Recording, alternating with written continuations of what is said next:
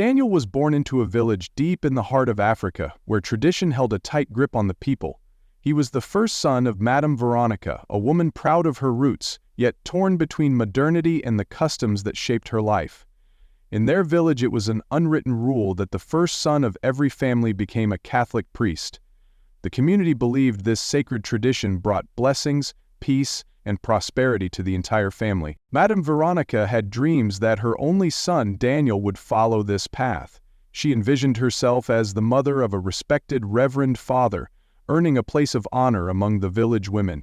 Whenever they gathered for meetings, she would imagine them singing her praises. But Daniel was different. From a young age, he had always been charming and full of life. He had the looks that made women stop in their tracks, the kind of eyes that seemed to see straight into your soul, and a voice that could make the hardest of hearts soften.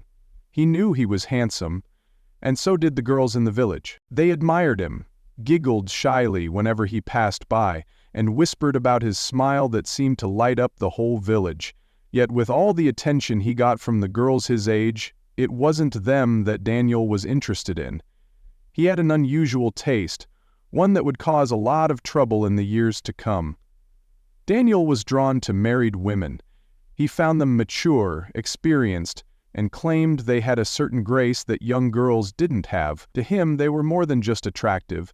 They were his spec, as he often said with a mischievous grin. Madame Veronica was a proud and determined woman. She had raised Daniel alone after her husband passed away when Daniel was just a boy. In a village where tradition was lore, she knew she had to make sure her son fulfilled his role as the firstborn. As soon as Daniel turned 16, she started urging him to join the seminary, where he would be groomed to become a Catholic priest. It was her deepest desire. But Daniel had other plans. The thought of spending his life in celibacy, denying himself the pleasures of the world, was the furthest thing from his mind. He enjoyed life too much, especially the company of women. His handsome face, lean but strong physique, and smooth talk made him the center of attention wherever he went. He was aware of this power and enjoyed the way women looked at him, especially the older, married ones. Despite his mother's persistent pleas, Daniel kept delaying. "Mama, I'm still young," he would say. "Let me enjoy life a bit before committing to such a serious path." But Madame Veronica wasn't pleased. In their village, if a first son refused the priesthood, it was seen as a bad omen, bringing shame to the family. Soon, whispers started circulating among the women in the village. At the women's meetings, Madame Veronica noticed how some of them began to distance themselves from her. They would lower their voices when she walked by, and exchange glances that made her blood boil. The women subtly mocked her because her son refused to follow the path of tradition. Things got worse when she was officially excluded from the village women's meeting, an honor she once took for granted. The leaders told her that until her son entered the seminary, she was no longer welcome. The shame was unbearable. Madame Veronica could no longer hold her head high in the community.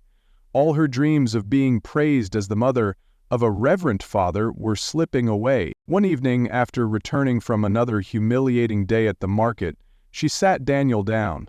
"My son," she said, her voice heavy with sorrow, "do you see how people treat me now?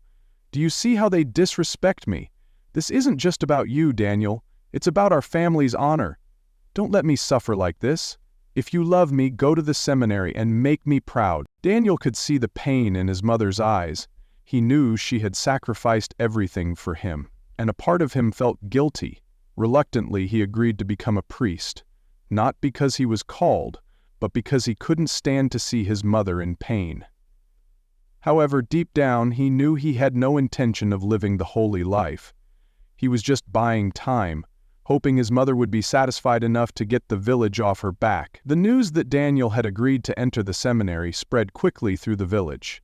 The women who had turned their backs on Madame Veronica suddenly began greeting her warmly again, praising her as the blessed mother of a future priest. Madame Veronica's pride returned, and she regained her position in the women's meetings. But while Madame Veronica was basking in her renewed respect, Daniel's heart was far from committed to the religious life. During his time in the seminary, he went through the motions, attending classes, learning prayers, and participating in church activities.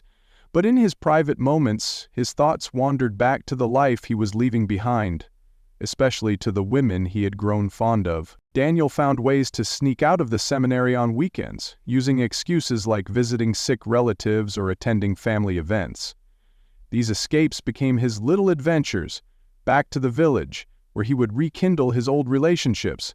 He knew how to charm his way into any woman's heart, especially those married women who secretly longed for excitement.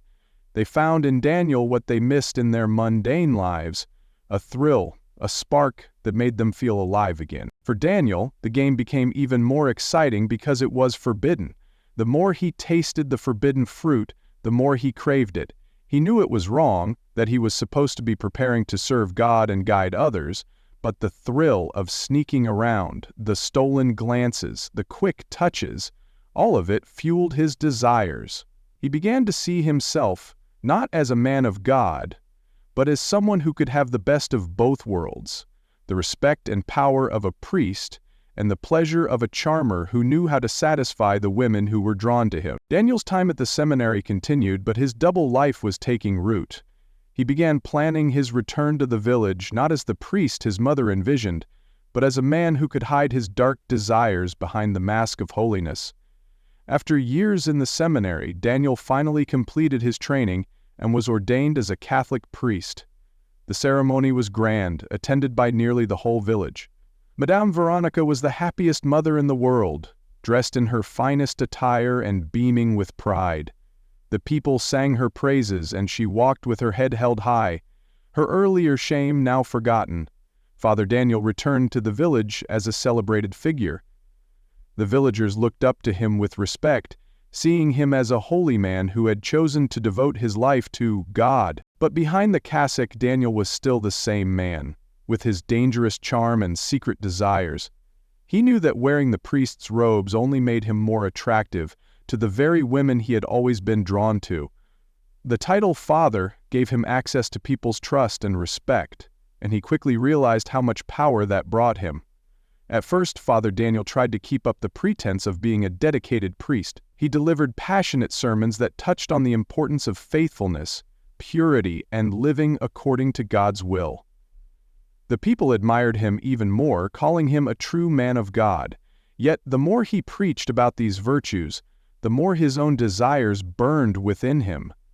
He was now surrounded by the very women he had longed for, and the temptation was overwhelming. The women in the village admired him openly. Some were drawn to his looks, while others found his new authority as a priest irresistible. Married women in particular started seeking his counsel, coming to him with their marital problems, hoping for some guidance or comfort. Daniel knew how to play his role well. He would listen to them with a serious face, offering prayers and advice, but underneath it all, he was studying them, waiting for the right moment to act. Among the many women in the church, 2 married women caught his attention more than the others. One was Cecilia, a mother of 3 who often came to church looking weary from the struggles of home life. The other was Grace, a trader known for her beauty and sharp tongue, but who softened whenever she was around Father Daniel. Both women were married to men who were either too busy or too indifferent to notice how their wives were slowly getting drawn into Daniel's web. Father Daniel started his game with subtle moves. He knew that openly pursuing these women could create a scandal that would ruin him, so he took his time, carefully laying the groundwork. He began by offering extra prayers for them during Mass. Using their names as examples of virtuous women in his sermons, he made them feel special, as if they were somehow closer to God because of his attention. Cecilia was the first to fall into his trap. Her husband worked as a trader, often traveling to neighboring towns, leaving her alone for days on end. She was tired, lonely, and desperate for someone to talk to. Father Daniel saw this and took advantage of it. He invited her to the church under the pretext of needing help with church decorations or organizing charity events. They would spend hours together, and gradually his conversations with her shifted from spiritual matters to personal ones. He listened to her complaints about her husband, her struggles with raising her children, and the emptiness she felt. One evening, after an especially long conversation, Cecilia broke down in tears. Daniel moved closer, offering a shoulder to cry on. But what started as a comforting embrace quickly turned into something else. The lines between priest and woman blurred as they crossed into forbidden territory. That night marked the beginning of their secret affair. Meanwhile, Grace, the other woman, was a more difficult target. She was confident and always seemed in control, but that only intrigued Daniel more. He knew she was admired by many men in the village, and he wanted to prove that even she wasn't beyond his reach. He took a different approach with her, playing on her ego. He praised her beauty and intelligence, telling her that she deserved more than what her husband could offer. Grace, who had always been independent and proud, found herself flattered by the attention of the handsome priest. Their relationship grew slowly, starting with innocent conversations after church, then progressing to late-night visits to discuss spiritual matters. Father Daniel fed her just enough sweet words to keep her hooked, making her believe that their connection was something special, something almost divine. Within a few months, both Cecilia and Grace had become fully entangled in Father Daniel's web. They began sneaking around, meeting him in hidden corners of the church, or even in their own homes when their husbands were away. The thrill of the secrecy made it all the more intoxicating. But Father Daniel was playing a dangerous game, and deep down he knew it was only a matter of time before things spiraled out of control. As the months passed, Father Daniel became more reckless. He was confident that the women would never expose him. They had too much to lose. Their reputations, their marriages, their standing in the village. He believed that as long as he maintained his image as a holy man, no one would suspect that the good father was leading a life of deceit behind closed doors. The church, once a place of worship, had become a stage for Daniel's deceptions. During Mass, he would make eye contact with Cecilia and Grace, sending them subtle signals that only they understood. He found it amusing to stand before the congregation, preaching about sin while knowing that he was living in it daily. The women in the village admired him more than ever, talking about how blessed they were to have such a charismatic priest, but gossip in the village was inevitable. Some people began noticing the extra attention Father Daniel gave certain women, especially Cecilia and Grace. Whispers spread about how often they were seen at the church, even on days when no services were scheduled. Some of the more observant women noticed how Cecilia's mood had changed.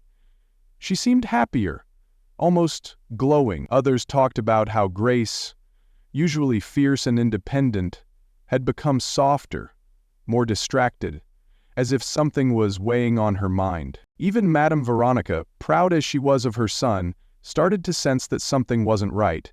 She couldn't quite put her finger on it, but she noticed that Daniel had become more secretive, disappearing for hours without explanation. She dismissed her worries at first, telling herself that he was busy with his priestly duties, but as the rumors grew louder, she couldn't ignore them any longer.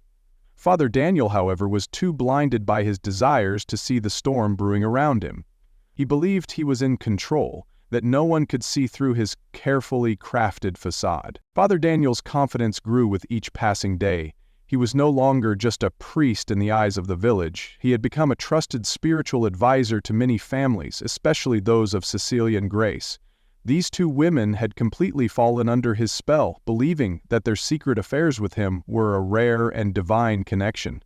To them, Father Daniel was more than just a lover. He was a man chosen by God to lead them, even if their relationship was shrouded in sin. But Daniel was not satisfied. He had tasted power and now craved more. He began to wonder how much further he could manipulate these women. He was already enjoying their affection, but what if he could also profit from them financially? He knew that both Cecilia and Grace came from relatively comfortable homes, and their husbands were hardworking men who didn't spare expenses when it came to their families. The idea struck him like a spark. He could use his position as their priest to convince them to give him money, all under the guise of a divine instruction. One Sunday after Mass, Daniel invited Cecilia and Grace to a private prayer meeting at the rectory. The two women eagerly accepted, thinking it was just another opportunity to be alone with him. When they arrived, Daniel was waiting for them, dressed in his priestly robes, holding a rosary, and wearing a grave expression. He started by leading them in prayer, making sure the atmosphere felt sacred and serious. After the prayers, he let out a deep sigh and said, "My dear sisters in Christ, the Lord has revealed something very important to me, something that concerns your families." The women leaned in, their curiosity piqued. They hung on to his every word, believing that they were about to receive some profound spiritual insight. "The Lord has shown me that both of your families are at risk of financial ruin. But fear not, he also revealed the solution. He has chosen you both as vessels of protection for your households, but it requires a great act of faith." Grace, who was always skeptical by nature, furrowed her brows. "Father, what exactly do you mean?" Father Daniel looked directly into her eyes and said, "The Lord has asked that you both make a financial sacrifice, a generous offering that will secure divine protection over your families. This is no ordinary request, it is a test of your faith, but this offering cannot come from you alone, it must be taken from the hands of your husbands. They must unknowingly contribute to this sacred cause for it to bear fruit." Cecilia's eyes widened with concern. "But how can we ask our husbands for money without telling them the reason? They'll surely question us." Daniel leaned back, his eyes twinkling with sly confidence. "That is where your role as wise women comes in. You know your husbands better than anyone else. Find a way to ask for the money without arousing suspicion. It could be under the pretense of needing funds for home improvements, children's needs, or even an urgent business investment. The Lord works in mysterious ways, and He has placed you both in positions where you can fulfill His will without revealing the truth." The women were conflicted. They respected their priest and believed in his words, but they were unsure how they could deceive their husbands without risking their trust. Sensing their hesitation, Daniel continued with a voice that dripped with reassurance. "Remember, this is not for me. It is for your family's protection. I am merely a messenger of the Lord's will. Do you not trust Him to guide you through this? Have I not always led you toward the right path?" His words sank deep into their minds, and the women felt guilty for even doubting him. After all, wasn't he the man of God they had put all their faith in? The one who made them feel chosen and special? Slowly, they nodded in agreement, convinced that this was truly the will of God. Over the next few weeks, both Cecilia and Grace set their plans into motion. Cecilia, ever the meek and dutiful wife, approached her husband on a quiet evening after dinner. She spoke of how the house needed urgent repairs, mentioning cracks in the walls and a leaking roof, things her husband rarely noticed because of his busy schedule. Her husband, eager to avoid any domestic disturbances, agreed to give her a substantial sum of money. He handed her the cash, trusting her completely. Grace took a different approach. Her husband was a shrewd businessman, not easily fooled. She decided to appeal to his business instincts, telling him about a lucrative trading opportunity she had heard about, one that required immediate investment to yield high returns. At first he was skeptical, but Grace's persistence and her reputation as a savvy woman convinced him. He reluctantly agreed, handing her the money with a warning to be careful. With the funds secured, both women rushed to the church the next day to hand the money over to Father Daniel. They presented the cash with a mixture of reverence and nervousness, convinced that they were doing God's work. Daniel accepted the money with a solemn nod, but inside he was rejoicing. He had successfully deceived not one, but 2 families, and all it took was a few convincing words wrapped in religious jargon. After collecting the money, Daniel made a show of praying over it, asking for God's protection over Cecilia's and Grace's households. He made it clear that this was a sacred transaction, and they should not speak of it to anyone, not even their husbands. The women agreed, feeling both relief and pride that they had passed this test of faith. But beneath all the holy talk and false blessings, Daniel was already thinking of how he would spend the money. He had no intention of using it for any church activities.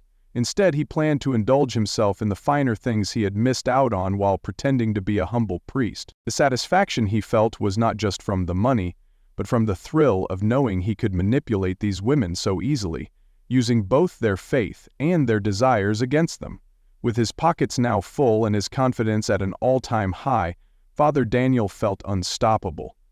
He had managed to extract money from Cecilia and Grace with ease, and the thrill of pulling off such a scheme only fueled his arrogance. But money was only part of what he craved. What he truly desired was to indulge himself in the pleasures of life, without any risk of being caught. He knew he had to be careful. In his village, people were already whispering about his close relationships with certain women. Hosting a party for the local women would surely bring attention that could unravel everything he had worked to conceal. So Daniel devised a plan.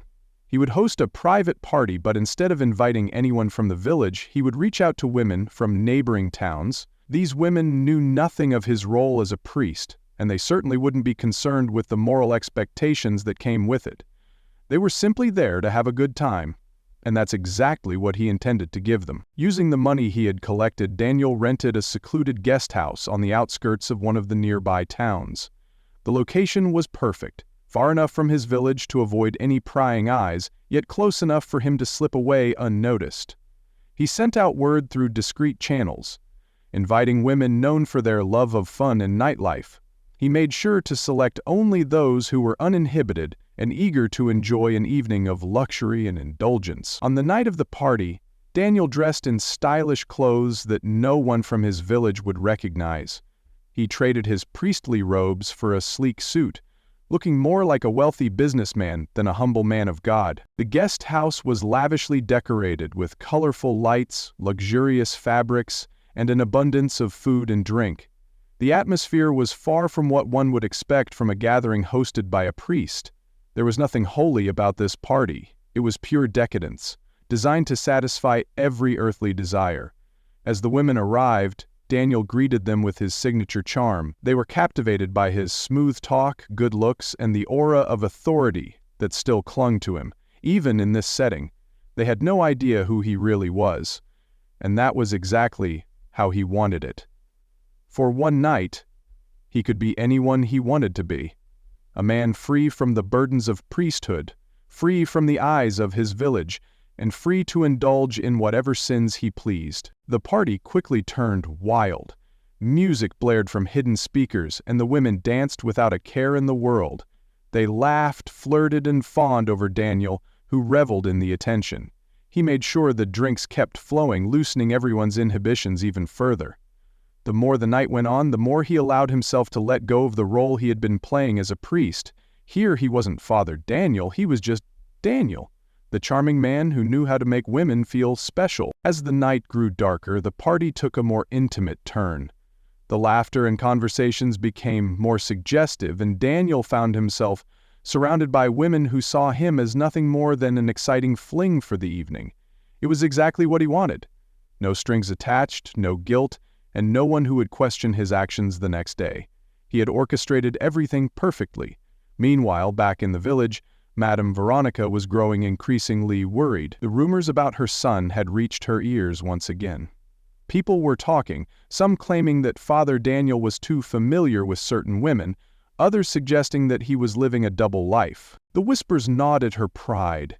She had sacrificed so much to make sure her son became a priest, and now her worst fears were resurfacing. Unable to bear it any longer, she decided to confront Daniel. The day after his secret party, she went to the rectory, determined to get answers. When she arrived, Daniel was still basking in the afterglow of the night before. He was tired but satisfied, convinced that his secrets were safe and that he could continue living his life however he pleased. "Mama, what brings you here so early?" Daniel asked with a smile, masking his fatigue. Madame Veronica didn't return his smile. Her face was stern, her eyes filled with concern. "My son, I need to ask you something, and I want you to tell me the truth." Daniel's smile faded slightly. He could sense the seriousness in her tone. "What is it, Ma?" She took a deep breath before speaking. "People are talking, Daniel. They say you're involved in things that are not befitting of a priest. They say you're too close to certain women, and that you're living a life of sin. I've ignored these rumors for as long as I can, but now they're spreading like wildfire. I need to know, are any of these things true?" For a moment, Daniel felt a flicker of fear, but he quickly suppressed it. He had mastered the art of deception, and he knew exactly what to say to calm his mother's fears. With a look of indignation, he shook his head. "Mama, it's all lies. People are jealous of me because of the respect and influence I've gained. They want to bring me down, So they spread false rumors. Do you really think I would betray everything we've worked for? I'm a priest, and I take my vows seriously." Madame Veronica studied his face, searching for any sign that he was lying. But Daniel had become so skilled at hiding his true self that even his mother, who knew him better than anyone, couldn't see through the mask. "I'm only doing God's work," he continued. "But there are people who don't like to see others succeed. Please, don't let their gossip get to you. Trust me, Ma, I would never bring shame to you or our family." Her expression softened slightly and she let out a weary sigh. "I want to believe you, my son. I truly do. But remember, the truth always comes out, no matter how well it's hidden." Daniel placed a reassuring hand on her shoulder. "You have nothing to worry about, Mama. I'm doing everything for the glory of God." With that, Madame Veronica allowed herself to be convinced. At least for the time being. She left the rectory still uneasy, but hoping that her son's words were true. As she walked away, Daniel breathed a sigh of relief. He had dodged yet another bullet, and his double life remained intact, for now. But deep down, he knew that the web of lies he was spinning was becoming more tangled with each passing day. The more he indulged in his desires, the more he put himself at risk of being exposed. Yet, in his arrogance, he believed he could continue balancing his sinful activities and his priestly duties without anyone finding out. After all, hadn't he managed to fool everyone so far? Weeks turned into months, and Father Daniel's life continued without a hitch. He kept his affairs hidden, managed to deceive his mother, and kept up his duties as the village priest. But beneath the surface, a storm was brewing, one that would soon shake his carefully crafted world. Cecilia started feeling different. At first she thought it was just stress or fatigue from handling her children and household duties, but when she missed her period for 2 months in a row, panic set in. Her heart raced as she realized what might be happening. She was pregnant, and she knew who the father was. Father Daniel. For days, Cecilia kept the news to herself, unsure of what to do. She couldn't tell her husband, who had no idea that she was involved with the priest. The guilt was eating her up inside, but she couldn't bear the thought of raising a child that would expose her secret affair. She decided there was only one person she could talk to: Daniel. One afternoon she made her way to the rectory, when she knew it would be empty. Daniel was alone in his office, reviewing church documents, when she knocked on the door.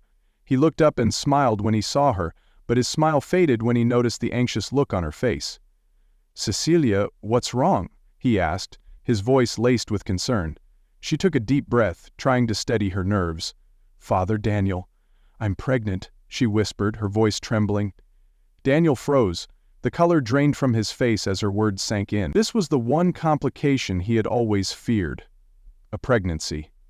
He had been reckless, thinking that he could enjoy these affairs without facing the consequences, and now, those consequences had caught up with him. "What do you mean you're pregnant?" Daniel demanded, his tone sharp. "I mean exactly that. I'm carrying your child," she replied, tears welling up in her eyes. "What are we going to do?" Daniel felt a surge of anger and panic. He had no intention of letting this situation ruin his life. "What we're going to do is simple. You're going to get rid of it." Cecilia's eyes widened in shock. "Get rid of it? You want me to abort the baby?" "Yes," Daniel snapped. "Are you out of your mind? You're a married woman with a husband and children. You can't keep this baby. Do you know what this will do to both of us if people find out?" Cecilia shook her head stubbornly. "No, I can't do that. I am a mother. I could never kill my own child. How could you even suggest that?" Daniel's patience was wearing thin. He stood up and leaned closer, his voice cold. "Listen to me, Cecilia. I'm not about to ruin my life because of your carelessness. Do you honestly think I would marry a married, local woman like you? You're living in a dream. We were never meant to be anything more than what we already are. You were just supposed to be discreet. I'm not getting tied down in some scandal because you want to play mother to this mistake." His words cut deep, and Cecilia felt like she had been slapped. She couldn't believe that the man she had trusted, the man she had believed was sent by God, could speak to her with such cruelty. The tears she had been holding back finally spilled over, and she wept silently. "You're heartless," she whispered. "After everything, this is how you repay me? I thought you cared about me." Daniel scoffed. "This was never about love, Cecilia. You were an escape for me, nothing more. I told you from the start we needed to be careful.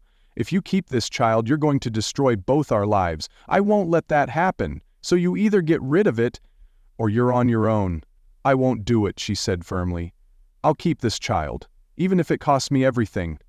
Daniel's frustration boiled over. "Then don't come crying to me when everything falls apart. You're making a terrible mistake and you'll regret it." Cecilia left the rectory in tears, her heart heavy with regret and fear. She felt lost, but one thing was certain: she couldn't go back to the life she once knew.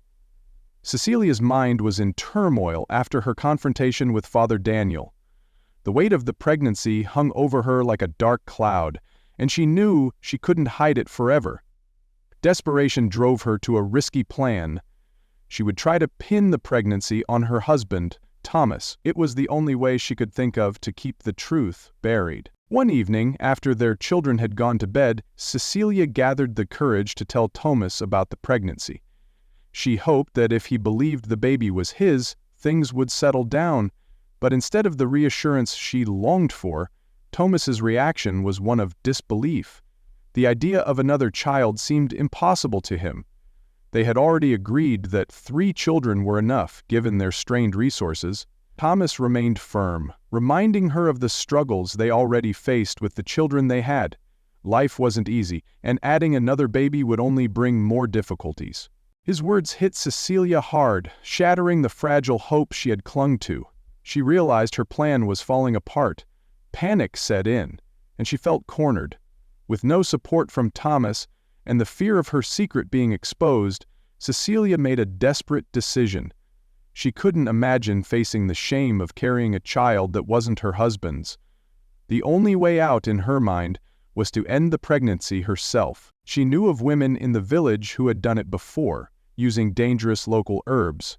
She sought out an old woman known for such remedies. Ignoring the old woman's warnings about the risks, Cecilia purchased the herbs. Late that night, while her family slept, she boiled the mixture. The bitter aroma filled the small kitchen as she forced herself to drink the concoction. It tasted like poison, but she gulped it down, hoping it would all be over soon. The hours that followed were nothing short of a nightmare. Pain gripped her body, waves of unbearable cramps and dizziness. Cecilia tried to stay quiet, not wanting to wake her family, but the agony was overwhelming. By morning she could barely move. Her strength was fading fast, and when Thomas found her, she was pale and drenched in sweat. In a panic, Thomas rushed her to the nearest clinic. But by the time they arrived, the damage was done. The herbs had caused a miscarriage, but they also unleashed internal bleeding that the doctors couldn't control. Despite their efforts, Cecilia's condition worsened, and within a few hours, she was gone. The news of Cecilia's sudden death spread through the village like wildfire. Everyone was shocked and saddened, unable to understand how she could go from being healthy to losing her life in such a tragic way. The whispers grew, but no one knew the real reason behind her death. Thomas was left devastated. A grieving husband now burdened with raising their children alone, while the village mourned. Father Daniel felt a twisted sense of relief when he heard that Cecilia had passed away. It was as if a heavy burden had been lifted from his shoulders. With Cecilia gone, the risk of his secret coming out was buried along with her. The problem of the unwanted pregnancy was no longer his concern. To the villagers, he put on the face of a grieving priest, offering prayers and condolences. But inside, he felt nothing but satisfaction. In Daniel's mind, everything had worked out in his favor. There would be no scandal, no child to tie him down.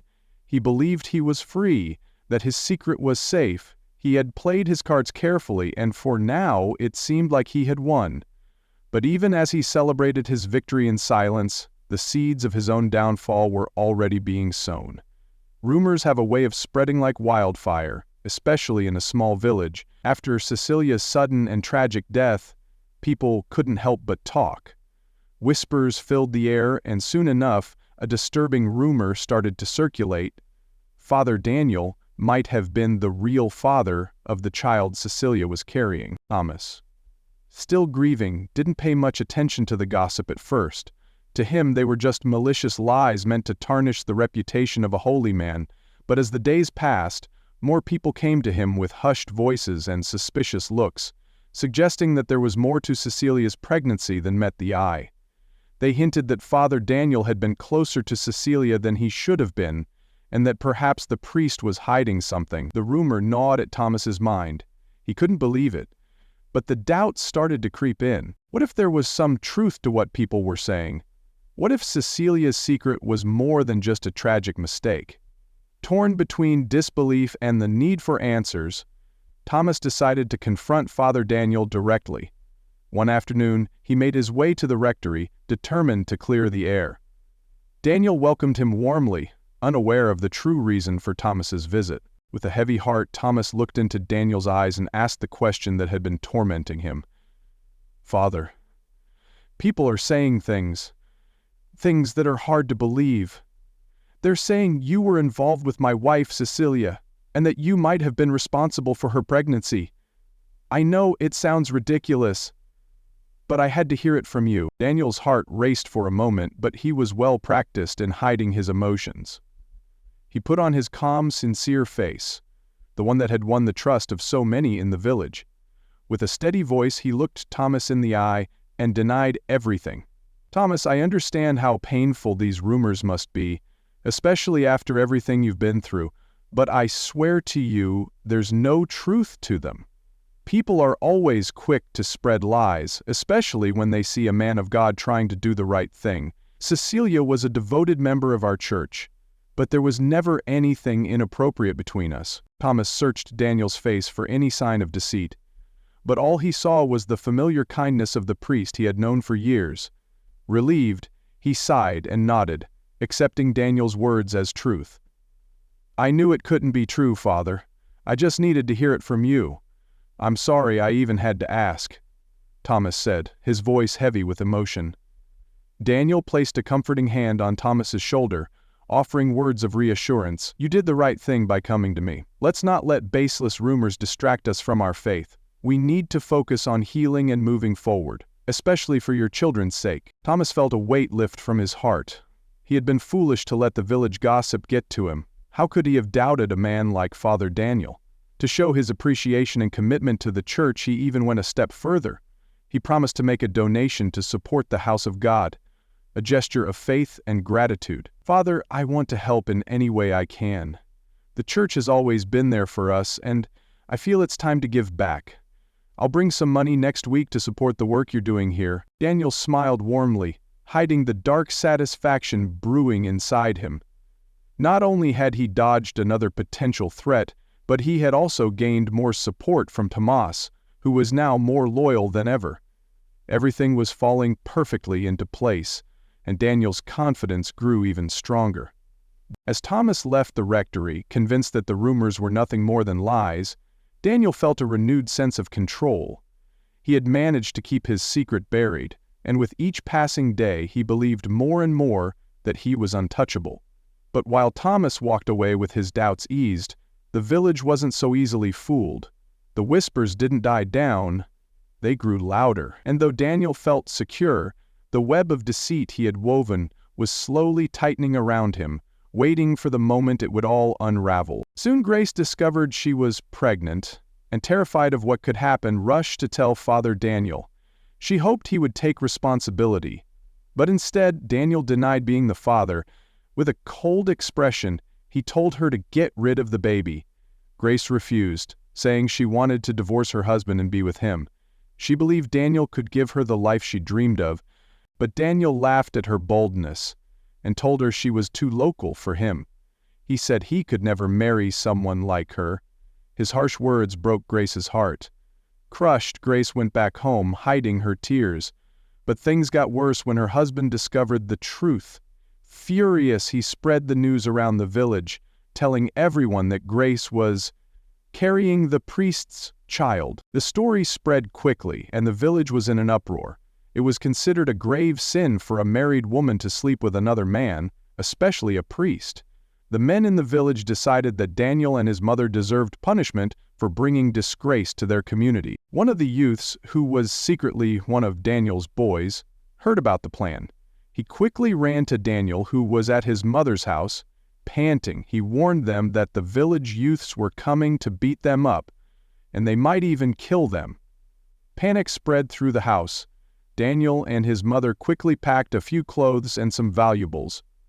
Without wasting time, they fled to the city under the cover of night. By the time the angry villagers arrived, Daniel and his mother were long gone. Enraged that they had escaped, the youths took their anger out on the house.